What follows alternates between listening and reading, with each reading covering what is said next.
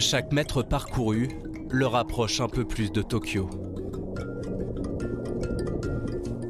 Il y a 8 ans, l'ancien champion de France de full contact se faisait amputer d'une partie de la jambe suite à un accident de chantier. Le début d'une nouvelle vie pour Alexis Anquincan, qu'il consacre désormais au paratriathlon. On va essayer de mettre de l'engagement, hein. On va aller chercher le chrono en dessous de 2,30. Avec son coach, il a su se hisser au niveau des nageurs régionaux valides les plus performants. Immersion réussie pour celui qui était encore novice en natation il y a quelques années.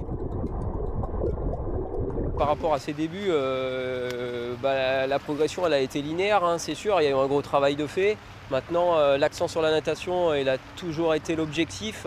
Pour ma part, la natation, c'est la première partie de l'épreuve.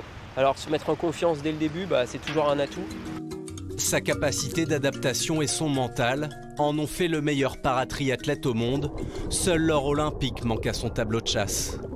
La pandémie a repoussé sa consécration. Qu'importe, il a su mettre à profit cette année blanche. Je me sens pas moins fort, ça c'est sûr. Il semblerait qu'effectivement, sur certains points, on ait encore amélioré un peu la condition physique et donc c'est de bonne augure. C'est vrai qu'il y a certains chronos qui se sont encore un peu affolés cet hiver, donc c'est cool. Des progrès récemment confirmés à Yokohama au Japon. Une série des championnats du monde remportée par le Normand.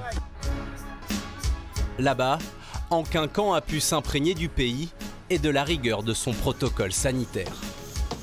Le Japon est vraiment très peureux, on va dire, du Covid et du coup c'est des conditions qui sont très strictes où on avait vraiment en aucun cas possibilité de sortir à l'extérieur, de se mêler à la foule japonaise. Le Français s'est aussi trouvé un rival de poids avec l'émergence du jeune Britannique Michael Taylor. C'est un adversaire que j'aurais pas vu si les Jeux avaient eu en 2020. Donc là, 2021, ça a rabattu les cartes, il y a des nouveaux qui vont arriver. J'ai à cœur de ne pas m'endormir et justement de prouver que même avec lui, je suis capable de gagner, quoi. Confiant, rien ne semble pouvoir enrayer son ambition olympique.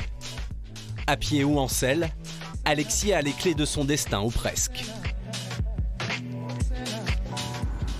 Sur les 3 épreuves, celle que je peux redouter le plus, entre guillemets, c'est toujours le vélo parce que ça reste un sport mécanique et qu'on n'est jamais à l'abri d'un saut de chaîne, d'un déraillement, d'une crevaison, donc d'une chute. Mais il n'y a pas de raison.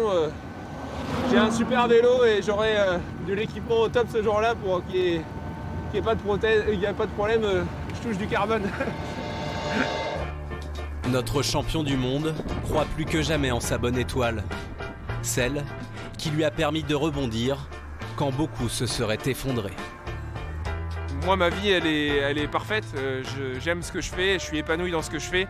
Et voilà, je ne vais pas dire que je suis heureux d'avoir eu cet accident, mais en tout cas, je suis heureux de ce que je suis devenu et je remercie tous mes proches de me faire ce que je suis aujourd'hui aussi, quoi.